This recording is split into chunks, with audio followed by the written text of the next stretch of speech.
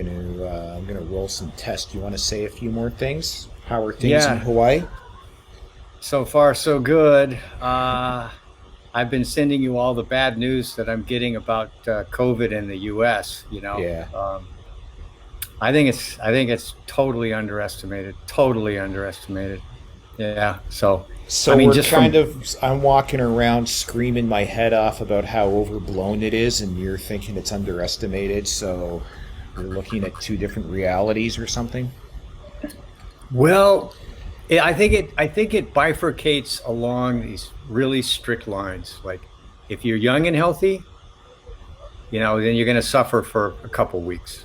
It's most people. Some people have very few symptoms, but if you get a pretty good dose of it, yeah, you're gonna get a really bad thing. Vomiting, lots of headache, et cetera, et cetera. But if you're like 65 and up and you have comorbidities or any kind of chronic condition, which 85% of Americans do, like hypertension, a pre-diabetic, metabolic disorder, et cetera, this guy is telling me, and I've seen studies, death rate 30% after Jesus. 60 days. See, and that's the thing. I sort of wondered this out loud a couple months ago, like in August, if this is particularly savage on people who are overweight, obese, which is Definitely. much more of a problem in the US than it is in Canada, although it's a problem in Canada too. But I just think the general sick care, health care, general health of the population is worse in the US, and that's why Yeah, it it could be is. that much more devastating. It's absolutely that way, Mark. I mean, the diet is crap. People are not fit, and then it's so. This is like, to me, it's like karma. That all of America's ill health and relying on a profit-driven healthcare system, sick care. This is what it's going to lead to. I And really, so, yeah. hey Jesse, Hey, Jesse. I really wish I made a note of it years ago. I heard um, it was alternative radio. You know that, what the hell is that guy's name? It was a lecture by a guy who talked about, the destruction of the food system in the United States that came Yeah. because of monoculture and the Yeah. incentives to grow crops and corn. And so everybody was getting, like, he talked about all these dynamics that was pushing people to get the majority of their nutrients from fructose and corn syrup and like this really Yeah. low quality food, because that was where, because of the wealth inequality and the poverty, it's like that was where they get the most bang for their buck in terms of calories that they needed a day to live. Yeah. Right. Hey Jesse, can you say something? And I'm Yeah. just going to check my sound levels. Were you trying to reference David Barsamian as the host of Yes. the show? Yes. uh what's his network called? Alternative. I think it's alternative radio. I think you're right. I, Yeah. and Jesse, I love your bibliophile background there. It's time for the Access of Easy podcast.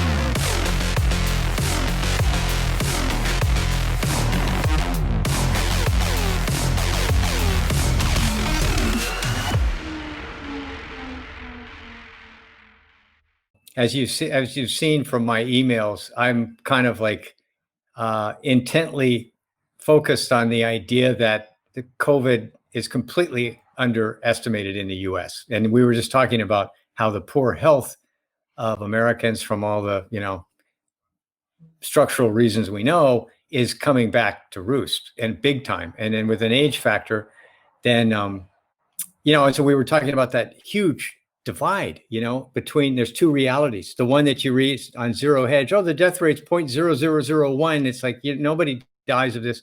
And then I'm talking to people who are doctors in COVID wards saying the death rate's 30% to 70% on sick people. I mean, Like, he said, those yeah, those are the people who got there, yeah, yeah, right? I that's mean, right. the problem to your original point is there's the ability to track this thing never existed. Yeah, They could have, like, there was a point in like March where if they were serious, they could have deployed the testing regime. And as we know, the White House administration did the opposite, right? That Right. they deliberately didn't want to know. And they did everything they could to prevent the various state-based and federal health authorities to be able to track it. That's right. You know, I don't know if this has come up on one of our salons, but in my newsletter, you know, one of the arguments I made quite a while ago is that, you know, the issue with COVID is not death, it's disability.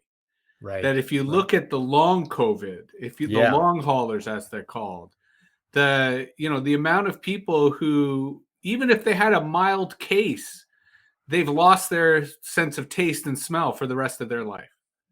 Right. And it's remarkable how many people the disease has basically made disabled.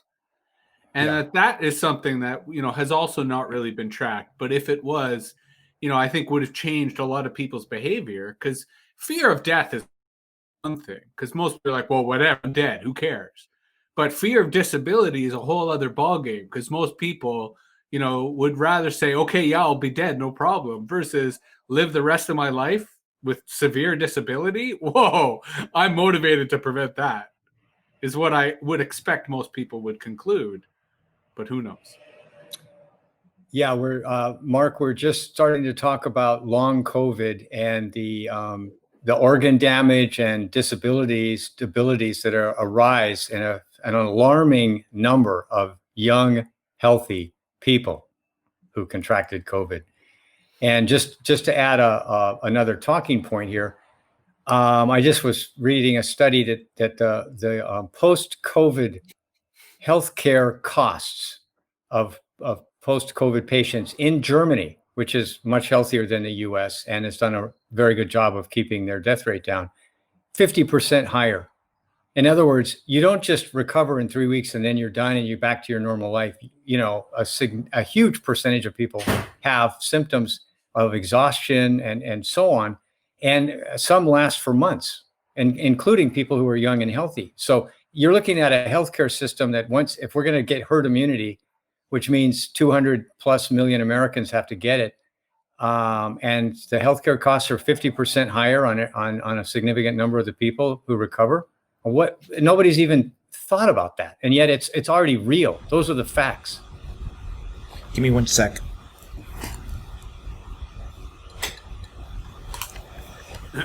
I should do an intro. Back, we should tell him he's muted. Oh. I heard that. I should do an intro before we get too deep into this. Oh yeah, we don't have to talk solely about COVID. I just think it's kind of like we can be picking up seashells and then not look at the tsunami. But, is it possible not to talk about COVID in this day and age? I mean, I know there's a lot of COVID fatigue setting in. I mean, I suffer from it, and I'm probably not alone.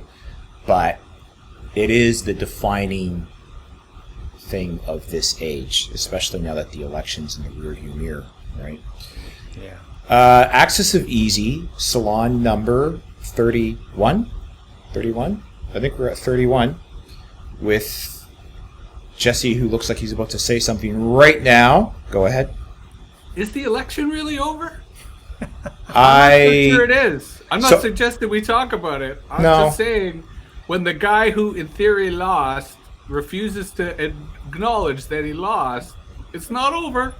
Yeah, I know there's a theoretical legal path, which I've been sort of watching before the media even admitted it was there, but I think a lot of that has been taken off the table already. I wasn't referring to said legal path because I'm not aware of one. I was just saying I don't think the election's over, especially because the Electoral College hasn't met yet. Yeah. It's premature. Yeah, I think so too. I mean, you're right that it's premature to talk about it as over. Having said that, I have been sort of watching what the people who say there's a legal path there and there's a way for it to happen, and I think one by one a few of those chips have been taken off the table, and I just really don't see it happening. But we live in a crazy world, and how could 2020 get any crazier than something unprecedented like the Electoral College can't certify the election, so it has to go to the House of Representatives, where it's voted on a state, one vote per state basis, where the Republicans have a majority by 1 or 2 seats. That's what the people who've been following this are telling me. But we probably don't want to talk about that either. How are you, Charles? I'm good. I want to talk about COVID. We haven't really gone into depth in any of the salons yet. So it might be kind of interesting that I think we're at the juncture of, here's my analogy. The water has receded from the bay, and wow, look at all those nice seashells. And we can just walk out there and get them. And so everybody in America is just, most people are walking out there, yay, look at this. Wow, look at this beautiful seashell. And meanwhile, the most devastating tsunami in recent history is approaching at a very fast clip. And everybody is going to be surprised when the wave comes in and washes them and everything in its path away. And so that's my sense. And I'll tell you why I feel that. I'm not reading stuff on the mainstream media so much, or the alt media or whatever. I'm getting emails from MDs, physicians in COVID wards in America.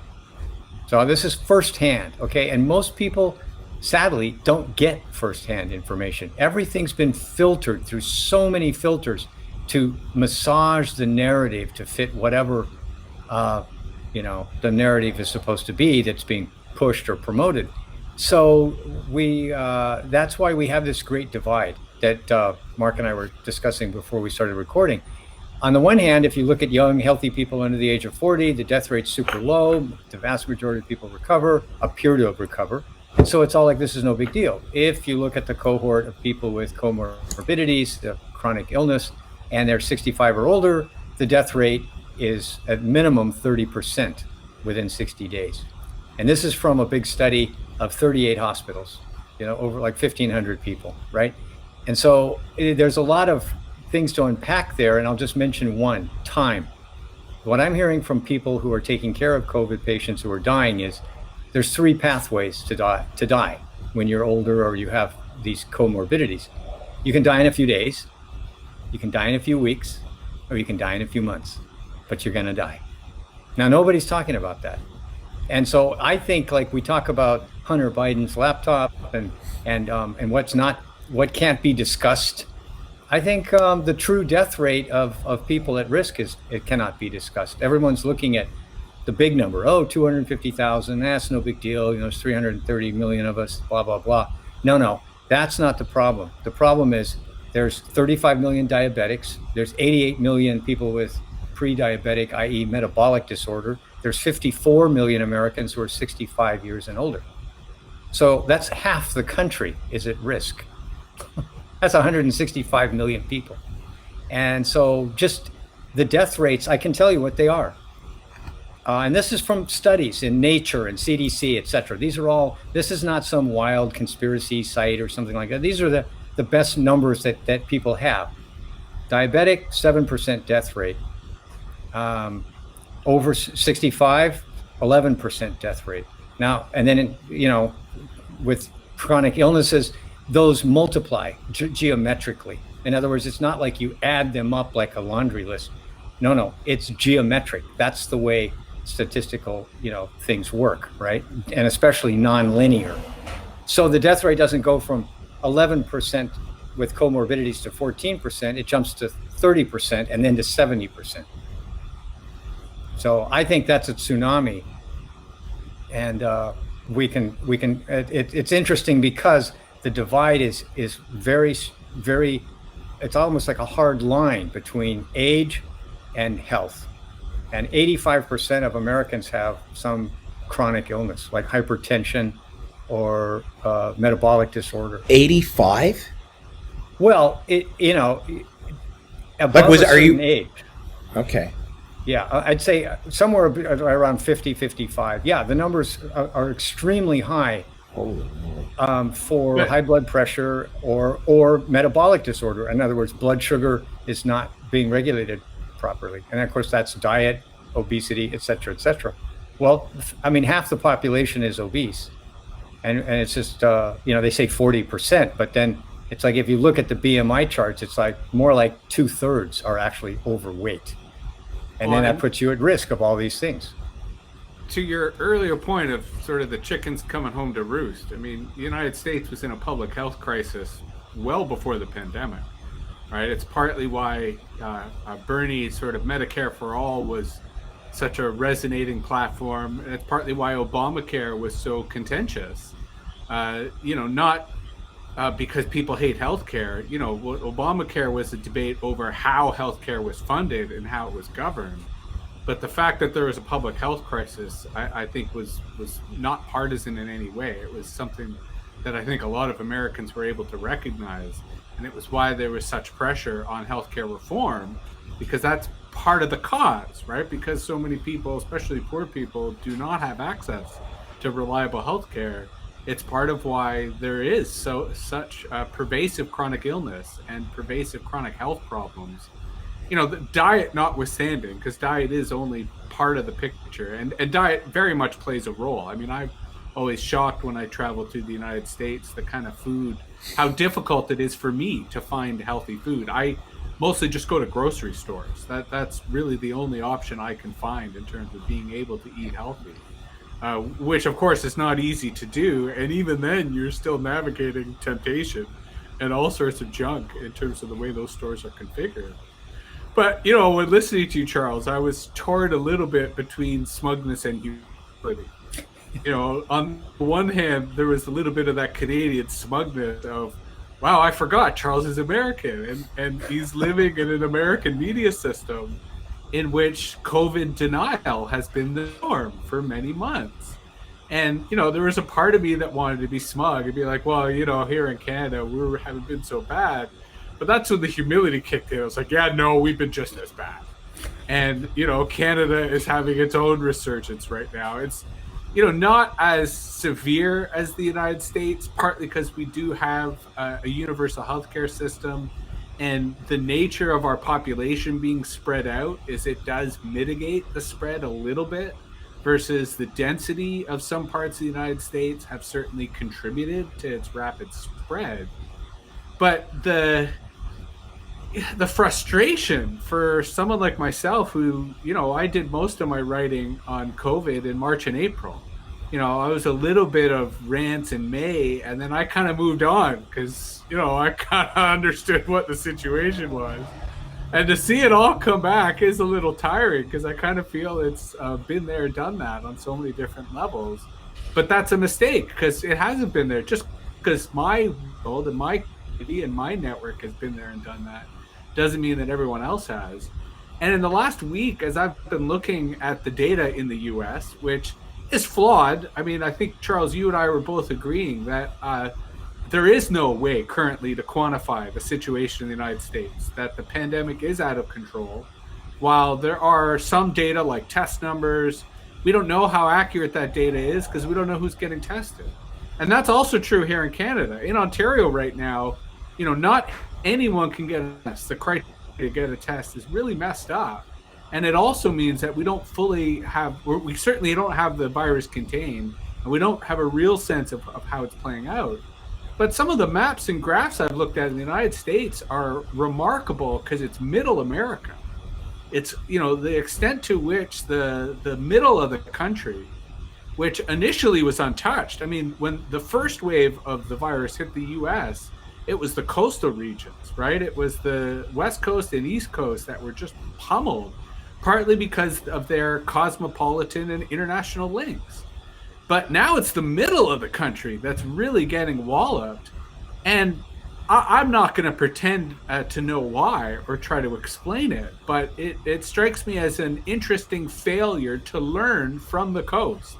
That had middle America looked at what was happening in New York, looked at what was happening in Washington State and California, it would have been really easy for them to do as Atlantic Canada has done up here in the north, which is basically erect a fortress and not allow the virus in, which is where Atlantic Canada has been sitting pretty, and that they've got near zero currently infection rate. And it's because they're not even allowing Canadians into Atlantic Canada. Like, no way, we don't want you. And, you know, if I was in Nebraska, if I was in Iowa, if I was in a lot of those middle America states, I would have just gone, look, we can keep our economy open, we can keep our society going, but we got to make sure the virus doesn't get in. And because they ignored it, because they were in COVID denial, they're the ones who are getting hit the worst. And that was entirely preventable, which is tragic given the human and health impact that this stuff has.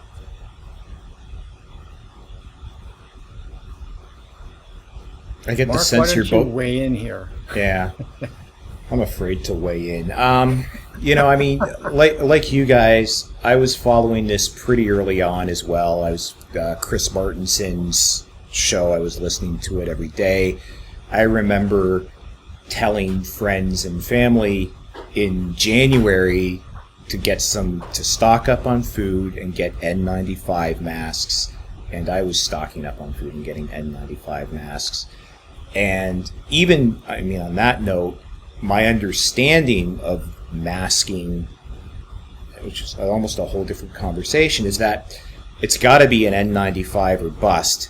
So everyone's walking around with these medical masks on, which to me just keeps reinforcing my suspicion, which I will admit is just a belief, that a lot of this is just theater, in the sense of, like, we're wearing these masks that don't really do any good, but I can't wear an N95 mask all day, but okay, I'll put on a surgical mask and everyone around me breathes easy, and okay, it's just kind of going along to get along in that sense.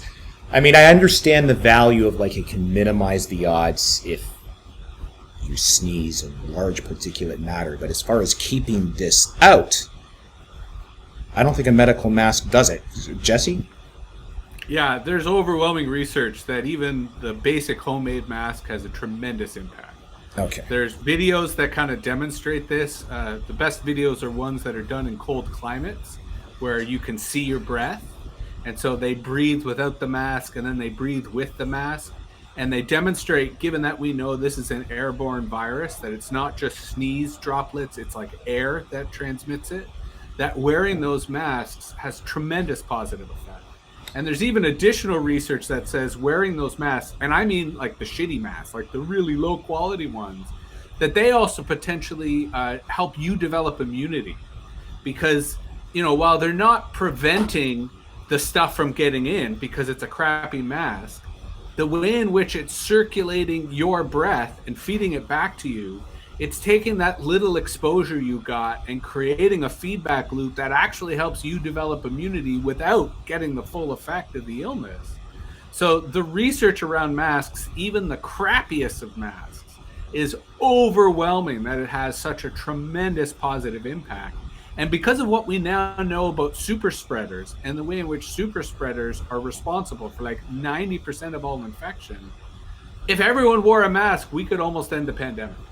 You know, without herd immunity, without the vaccine, that the masks are so effective at restricting transmission that if we had 100% adoption on masks alone, that the impact of that in terms of ending the pandemic is ridiculous.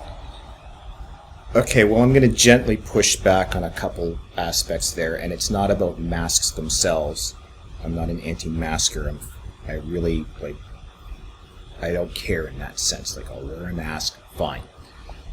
But what bothers me about what's happened is that, and this is kind of why I'm almost hesitant to talk about this at all, is because it's impossible to find out what is objectively true now. So you talked about, hear me out. You talked about a plethora of studies that have shown without a shadow of a doubt that masks are effective. And then some other people that I'm following, I mean, Ivor Cummings out of England, for example, has said, when you review the last 40 years of studies, there's a lot of papers that show for this kind of a respiratory illness, anything under than an N95 is negligible. And then 4 or 5 studies have come out this summer that show that they make all the difference in the world. So it's almost an act of faith. What are you going to believe? The 40 years of previous history or the 4 or 5 studies that came out in the middle of a hair on fire panic? Hear me out. So the point is, we live in such an information-rich environment that you can find scientific studies that say whatever you want them to say. I want to prove this, or I want to disprove this, and you can probably find a white-coated lab doctor somewhere that's got a study in his hand, peer-reviewed, that supports your argument. I mean, that's what it feels like. So it's impossible to get a sense on this other than, well, I mean, that's all I have to say about that. That probably came out sounding completely wrong. I was gonna. No, I think you were very honest and genuine in how you expressed that, and I think the substance of what you expressed is very widely held. So, while I disagree 100% with everything you just said, I think that it was a very widely held position that you expressed with genuine sincerity, and I agree with you on 2 key points.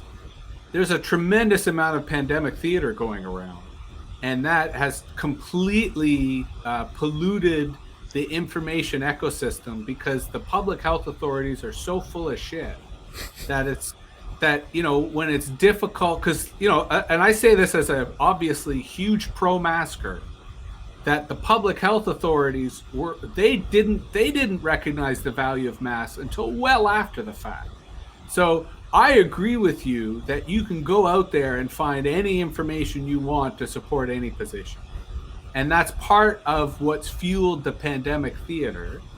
And similarly, I think that there is a lack of objectivity, I think more accurately, a lack of authority, a lack of central authority that can say this is right and this is wrong.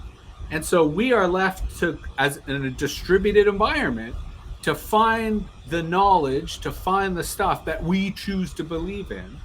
And so the onus is on each individual to use their own thinking skills.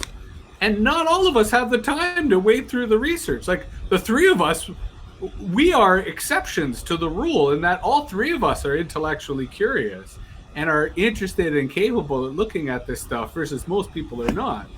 So while I disagree with you, because I think it's actually pretty clear and pretty straightforward to find out what is what and what is not, but I agree with you 100% in terms of your frustration that there's so much contradictory information out there, and there's so many quote-unquote authorities contradicting each other and saying the opposite things, that it is a free-for-all.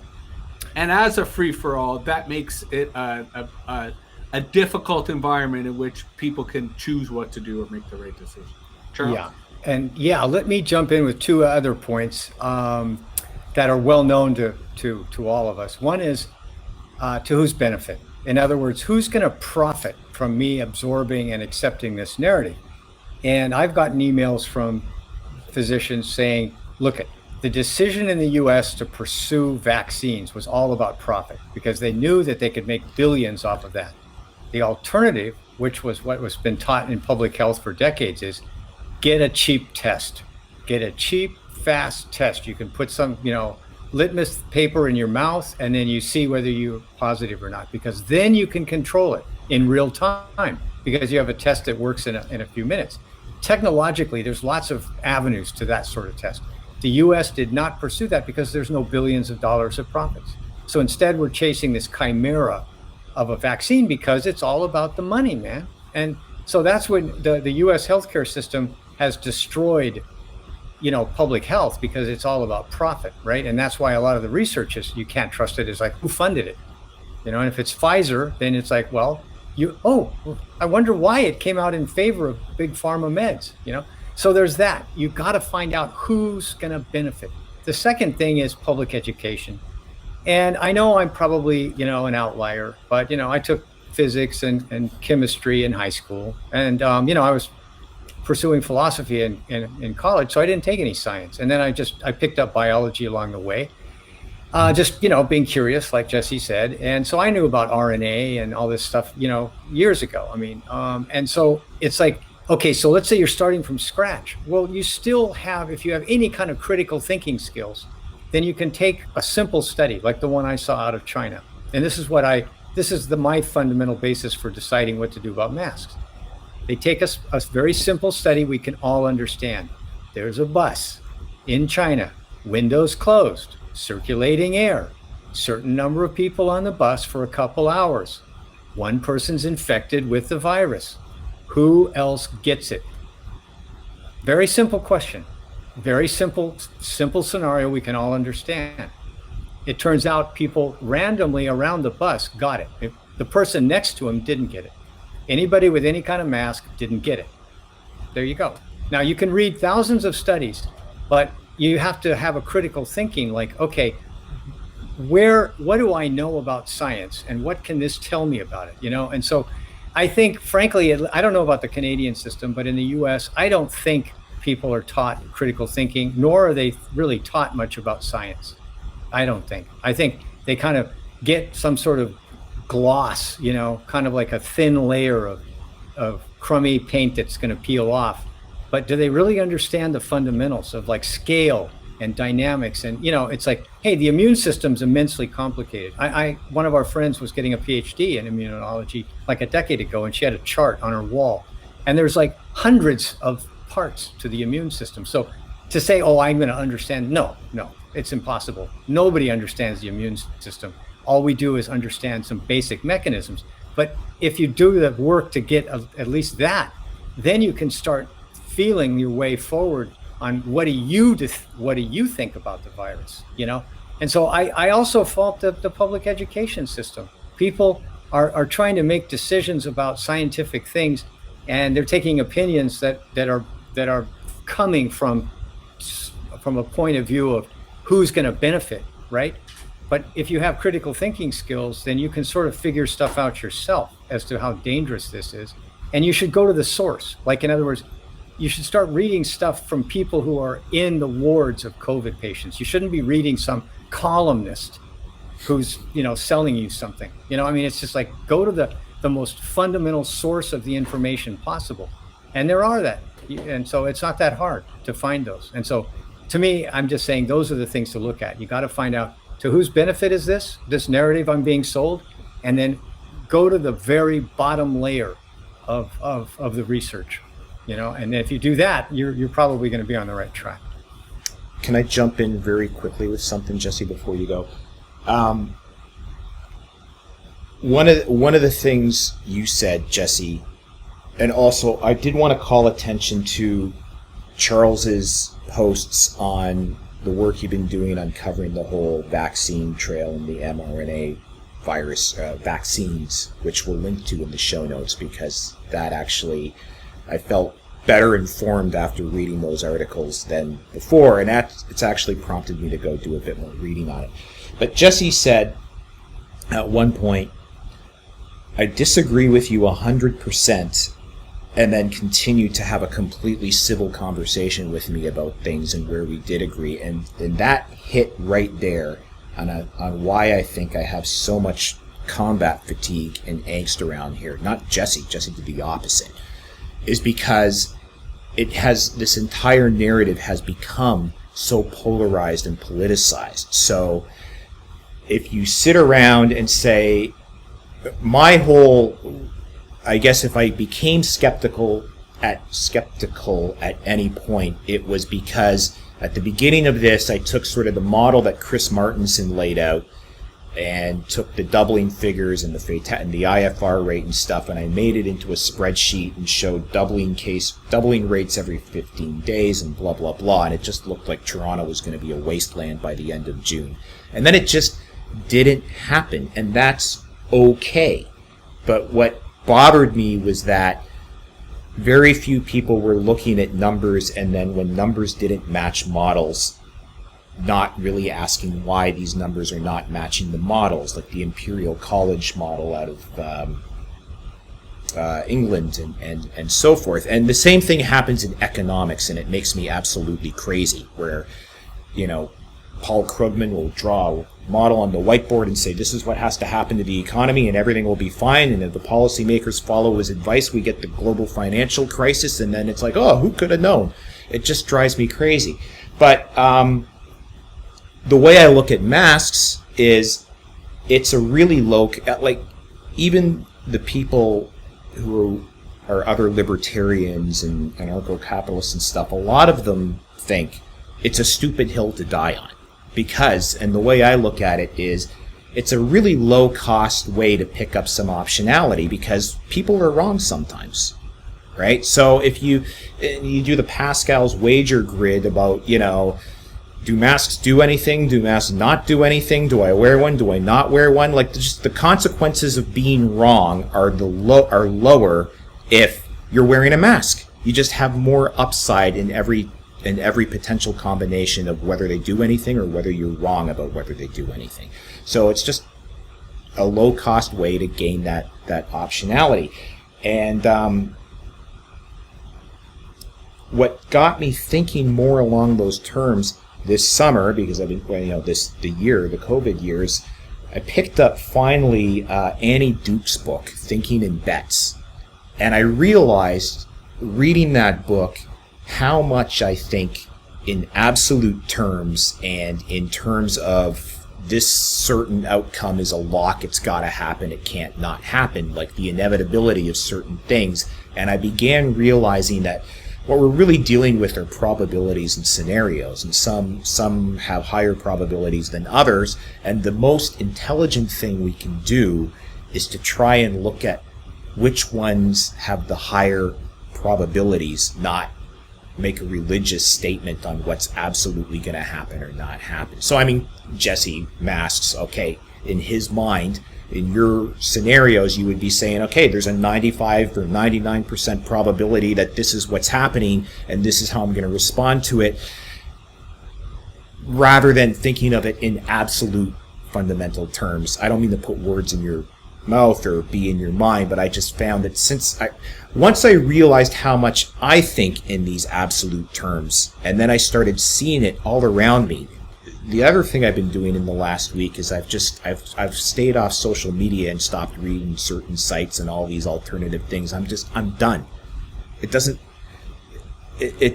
matter if these people are right or if these people are right. The only thing I can really do is respond on a personal level and just do what I can to sort of keep myself and my family healthy and safe and just sort of minimize the odds. That's really all we can do. Any of us.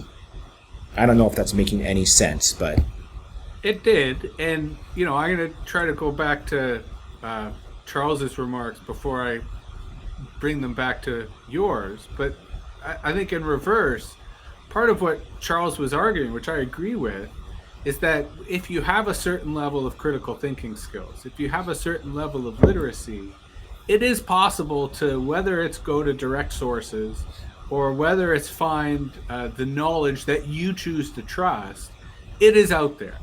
And I agree, Mark, that it is an issue of probability, not certainty. That, the nature of quantum entanglement is that as soon as you think something is certain, forget about it. It's not. And so I think there is a need to be adaptive and dynamic, but that knowledge is out there. And, I remember in my community where, there are a lot of COVID deniers here. And I was, at least at the grocery store, I was the first person wearing a mask by at least a month. And I mean the first person in the sense that people looked at me like I was weird. And yet I looked at them sanitizing every surface as if they were weird. Because I knew by then that it wasn't being transmitted by surfaces and that was a waste of their time. And that wearing a mask was actually the best way that you could manage the difference. And that's where, Charles, I think it's important, even though we all indulge in it, to beware of the Canadian romanticism, especially when in juxtaposition with the United States. And it has been happening recently with both politics and the pandemic. And I think it's important to remember that, because the elite in Canada are both relatively small, but because the country's small, are relatively powerful, they project to the rest of the world not what Canada is, but what the Canadian elite is. Right? So the Canadian elite is well-educated, pretends they have critical thinking skills, is very cosmopolitan, metrosexual, open to the world. But the rest of Canada sure as hell ain't. Right? The rest of Canada is just as working class as America, just as localized in terms of their culture, has everything to do with their lives and their world, and not some national culture, not some global culture. And I think, unfortunately, that's where public education is failing Canadians just as it is Americans. That's where Canadian healthcare is failing Canadians just as it is Americans. I mean, the pandemic here, while it hasn't been as brutal as it has in the United States, its long-term impact is just as devastating. I was reading this week that amongst children's hospitals in Canada, because elective surgeries have either been postponed or radically staggered, that the waiting list right now for children's surgeries in Canada is so long that it eclipses, like you'll have a surgery for like a cleft palate, or, you know, and the thing about children's surgeries is the kids are aging rapidly. So there's usually a very limited window in which that procedure or that therapy can be done to have a benefit before their aging body just makes it impossible or cripples them or makes that issue become even more complicated. And now they're in this paradox where the delay is longer than the time in which that procedure is feasible or viable. So a whole world of medicine is just not possible anymore because the system does not have the capacity to order a surgery within the 2 years. It's even longer in many cases that having such a procedure makes sense in terms of the child's changing body. And that's the tip of the iceberg, right? We're not even talking what's happening to geriatric medicine in terms of people aging and not being able to get the elective surgeries and procedures that have all been backlogged because the healthcare system is legitimately dealing with this crisis. And so, you know, that's where, to your earlier point, Charles, I think the economic impact, if we'll just measure that, let alone the political and social impact of this pandemic, we are still underestimating it. And it is going to be tremendous because of the sheer seismic shift, the tsunami, in your terms, that this is hitting not just the healthcare system, but the economy at large. And I think the other last thing I'm going to say, Charles, is, and this kind of brings it back as well to your points, Mark, that I've been thinking all along, and it's not because I share your frustration, Mark, at both the polarization, but not just the lack of civil debate, the lack of coherence, right? The fact that both sides are kind of, not both sides, all sides, because there isn't just two, there's many sides, and most of them, all of them are incoherent. Because I don't think it's about ideology. I think it's about identity, right? And that if it was about ideology, then at a certain point, the ideas would come to fruition. And to Mark's point, either people would go, well, I'm going to wear a mask because it's low risk. You know, it doesn't hurt me if I do it. I'm not really giving in to the dictatorship by wearing a mask, right? That's what ideology would lead us to because it would be rational. But we don't have ideology anymore. It's tribal. It's identity. So it's not clear thinking. It's based on what your peeps are doing. And if they're all saying no masks, you say no masks. If they say masks, you say masks. If they say your opponent is crazy, then your opponent is crazy, right? And that it has nothing to do with rational debate. It has to do with the fervor and zealotry of identity and feeling like you belong, feeling as if you're part of it, feeling as if you're participating in the great epic quest, whatever that quest may be, whether to get masks or whether to stop pedophilia, which is Q's quest, which is a very noble quest. How can you fault them for wanting to stop pedophilia? That's a legitimate concern. And that we get carried away in that quest for identity, that quest for belonging. And I think that's where the pandemic has become an expression of these tribal sentiments in a way that I don't think as a society we know how to deal with. Although I think in our discussions here in this podcast, we try to hint at it. But this is a much larger cultural phenomena that as a society, just like the pandemic, we're still struggling to understand. Can I jump in quickly, Charles? Or Sure, go right ahead. I've been reading Klaus Schwab's book, The Great Reset. So you hear his name around a lot. He's like usually Bill Gates, Klaus Schwab, Illuminati, world dictatorship, one world government, Great Reset. The Great Reset is the big meme. That's the title of his book. Just to clarify, this is the guy who did, was it the Fourth Industrial Revolution? Yeah, that's same one.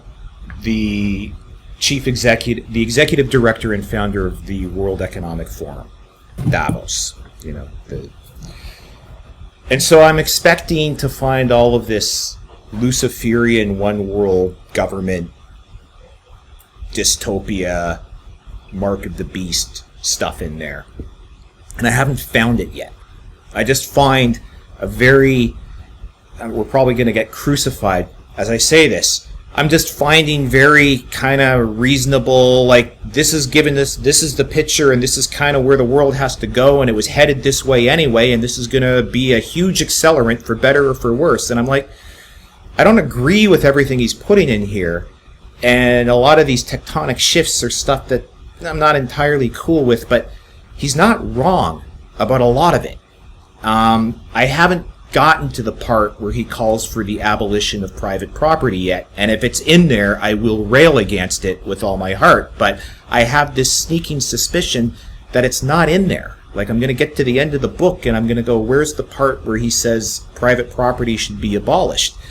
And correct me if I'm wrong in the comments.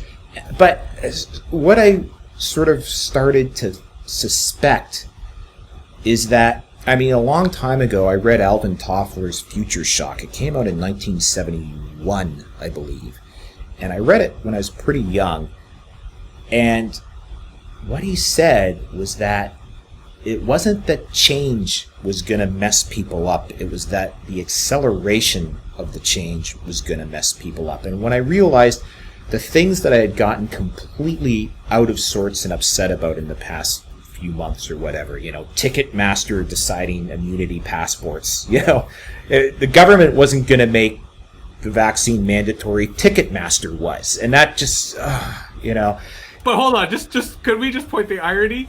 Yeah. For Hollywood films, right? And for for the dominant culture that we should be rejecting anyway. But it's also rock concerts and sporting events and everything pretty well. They're a de facto dominant monopoly. Culture. Yeah. Not punk shows. Punk shows are still Yes. cash, man. Yeah. Where was I going? Right. So these are all these tectonic shifts that were probably going to happen over 40 or 50 years, just to pick a number out of a hat, that on their own, they happened in an orderly fashion, wouldn't have made anybody freak out. But because the time frame of all of this has been so compressed and so pulled forward, I think a lot of my angst, and maybe a lot of everybody's angst, is that the rate of change has accelerated past a point where the population at large can deal with it. It's just too much, too soon, too fast. And because I started thinking about, well, if this happened over 20 years, would I be upset? I would maybe grumble, but it's sort of, I don't know. And then part of it, another side of me thinks, I'm just knuckling under. I'm just making a conscious decision to stick my head in the sand. There's 5 lights, not 4. Drink the Kool-Aid, just so everyone will just stop telling me I'm a denier, which I never really wasn't a title I claimed to. But very, very briefly, I mean, I think part of what you're describing, right, is the boiling frog. And you're suggesting that in them turning up the heat, the frog feels it. But I also remind you, a recurring theme of this podcast is, it's the long con you got to be worried about, not the short time grit. Mm. And, where everything in this crisis feels like, it's urgent, it's happening now, big institutional change. Your point about Schwab, and I haven't read the Reset book. I did read the Fourth Industrial Revolution. Not only did I not think it was radical, I thought it was kind of nonsense. Like, he was just repeating the same old stuff that was elsewhere, right? There's nothing to fear in these guys. They want us to think that they're powerful. They want us to think that they're relevant. That's where, and I'm not trying to change the subject because I want to throw to Charles. Because we got to let him in a sec. Yeah. Previously, it's still Facebook that keeps me up at night. it's still Amazon that I got my eyes on. Google. Right? Like, yeah, like all this other stuff to me is short-term distraction. The long-term threat is the network itself and the way in which these platforms have a different kind of long-term power. So, that's where, yeah, we got to be talking about the short-term policy. Yeah, we got to be anxious about, how the public policy debates, the appetite that people have, say, for surveillance has changed radically. But I still think we got to keep our eyes on the big picture and the long term, because that's where we can have the greatest impact, and that's where the greatest threat usually tends to be. Well, I think the Great Reset is a great topic. We have to devote a whole salon to that, I think. And I'll just summarize my view of it, which is it's very well written propaganda. I mean, it hits all the right notes. I mean, it's really a phenomenally well done sort of agenda and narrative. But I think it comes right down to the thing we always talk about. I call it not the Great Reset, the Great Divide. Centralization as the solution to everything. That's their side. Our side is decentralization is the key to everything, is the real solution. And so the Davos group is all about, well, we're going to decide what's best for you, biometric measures and this and that. And it's all going to be good because a handful of us are going to control it all because we know better. So we'll tell you what's right and good for you, right? And so that to me, it's like the last gasp of flailing centralization. But that's a whole other topic. I want to go back real quickly to two things you guys said. Jesse, you're right that the system is already, at least in the US, the healthcare system's under extreme stress. And so if you have a cardio event like a heart attack, you're not getting the same care that you were a few months ago already, right? You're more likely to die. And I'll put a number to that. There's 110,000 ICU beds in the US. And I think there's almost 80,000 COVID patients already. So it's like, well, who got squeezed out? Well, the answer is everybody else got squeezed out. So, and at some point when you fill the thing with 100,000 COVID patients, then the system breaks down. And so, to Mark's point about time compression, I'm kind of forgiving of myself and all of us who kind of took the models that were kind of thrown together, because we really didn't know anything thanks to the Chinese refusing to share any real information. They gamed everything. They locked down information. And so all we knew was this thing was killing tens of thousands of people in Wuhan while they were saying only 500 died. And so it was clearly really deadly. And it's since come to be understood that viruses go through this same progression, right? They realize they evolve to become weaker because otherwise they kill off all their hosts. I mean, I agree 100%. The Chinese Communist Party deserves tremendous blame and responsibility for the global pandemic, but so too does the United States, right? And to say, while the Chinese did engage in all sorts of cover-up and delay and obfuscation, the United States did as well, right? Well, and where the Chinese did it earlier, which there's a certain guilt or weight that comes with it. How stupid do you got to be to do it later? To delay and try to cover stuff up after? Let everyone knows what's going on. I digress. Go ahead, in the Mark. middle of that was the World Health Organization that was almost complicit in the Chinese deception. And they're supposed to be, like, they were. They were guilty as all hell. Yeah, and you get kicked off of Facebook if you say something that contravenes the WHO or the CDC, and they were both just like I'm bombasticizing Let's not give Facebook that. any credit. Facebook randomly kicked you off. There's some things you could say. There's some things you couldn't say, and who knows which was which. But my point was, even these supposed neutral NGOs that were supposed to be the expert authorities on these matters just demonstrated a staggering level of incompetence and duplicity. Sorry, go ahead. Let's not spread any propaganda by suggesting anyone's neutral. Right. Right. Yeah. And so to me, I'm like, well, no wonder. I mean, to me, this whole episode just feels like the great loss of credibility and everything. And maybe that's what the world needs. Maybe the world needs to wake up and go, you know what? The state doesn't know everything. The authorities don't know everything. The media, certainly. We could do a whole episode on how disappointed we are in the media. But let's bring it back to something Charles said. I think all that is true if critical thinking is pervasive. Correct. If people have a high level of literacy. Because the dangerous situation we're in now is we're destroying the credibility of almost all institutions. We're destroying the credibility of most experts and centralized authorities. But we do not yet have I don't want to say an alternative system because that's too much, that's too grand. I mean, even lower scale. I know what you mean. We don't have decentralized powers. We don't have powers that are committed to a decentralized network society who are coming forward to say we're ready for this. And to give a few examples, close to home, imagine the internet societies, right? Because these are organizations that I'm fond of. Right? Imagine that they were larger than they currently are, had membership that were more substantive than they currently are, and they started stepping forward saying, forget about these World Health Organizations, let's talk about Wikipedia. Forget about these centralized systems, forget about the mainstream media, let's look at what's going on Reddit.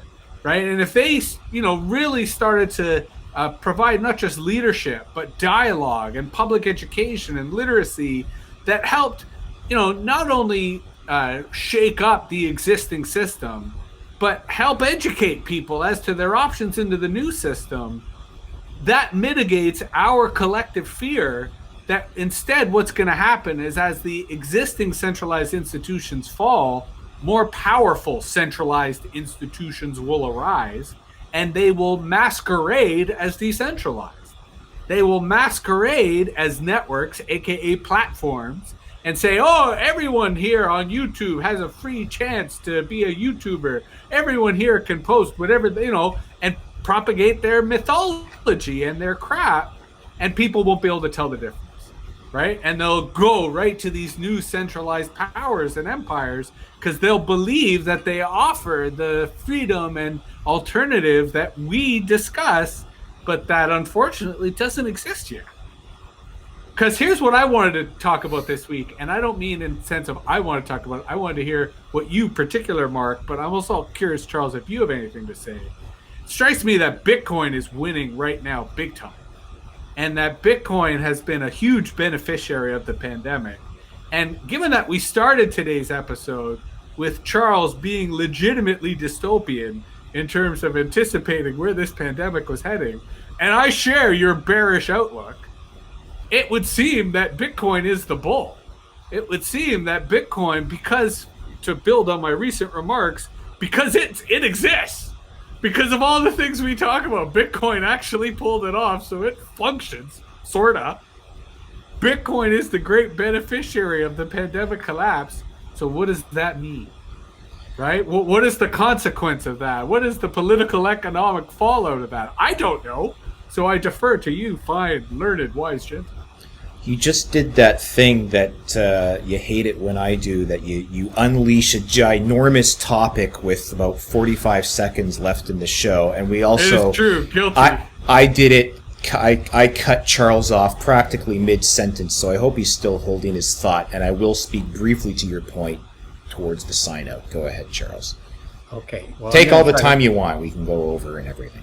Well, I just try to wrap up a few of our mini threads here. One is that in the neoliberal global economy, everything is optimized to the nth degree, right? So healthcare is totally optimized for like a very small number of people who need ICU, a small number of children who need an operation, et cetera, et cetera. Every bit of redundancy and buffer has been stripped out of everything, out of the supply chain, out of the political order, out of healthcare, et cetera. So now that this sort of thing, this COVID arose, it's like we're very quickly hitting these limits because the redundancy and buffers have been stripped out because, hey, it's all about making money or lowering costs. And that's the neoliberal agenda. And so we're in these highly optimized systems that have very little play. And that's where we're talking about. And I want to just make one more quick point on that is when you reach the limits of a highly optimized and inflexible system, then linear goes to nonlinear. And that's what I'm concerned about. I'm not being bearish because of some number is going to be hit that 500,000 people will die or 1 million or whatever. I'm concerned because I can see these systems that people think are rock solid are about to go nonlinear. And I'll give you what I think is going to happen, which is people in America think they can always go somewhere and they're going to get professional care and that somebody's going to pay for it somewhere, right? Somewhere, somehow. Well, I think we're getting very close to a situation where Americans are going to go to their hospital and say, I'm sick. And they're going to be told, go home and self-care. There's no beds left. And so that kind of nonlinear break, it's like the equivalent of you go to the gas station and there's no petrol. And there isn't any for 100 miles. And that's what happens in nonlinear breaks. And so when the healthcare system fails in America and people are just told to go home and die, people will be shocked because they thought that everything is really rock solid. And that's the illusion that scares me. And you have every right to be terrified, but allow me, as I tend to do, give you a little more fuel for your dystopia. They're going to go home, but they're not going to do self-care. They're going to go to Dr. Google. And Dr. Google is going to be ready to take them into the bosom of healthcare. And Amazon has, in the last week, dramatically accelerated their pharmacy business. Right? So you believe that the digital giants are already seeing this in the search queries that are starting to trend. So it's not just that the traditional healthcare system will collapse. It will collapse, and the digital giants will catch all the pieces, at least the profitable ones, as they start to fall. But Well I said. think what that may be true, but when Charles says the whole system will go non-linear, they'll get home and they can't access Dr. Google because the internet will be down and the power will be out and the traffic lights might not be working. They might not even make it home. I mean, that's when we talk about non-linear, that's what not if they're on their way from the hospital. My point is, when something goes non-linear the way Charles is fearing or saying is possible, it's not confined to one system. It cascades. Right. But if anything we've said in this podcast series is true, it doesn't affect all systems equally. Right. So Yes. the old systems like healthcare and education and maybe the nation state, they will collapse.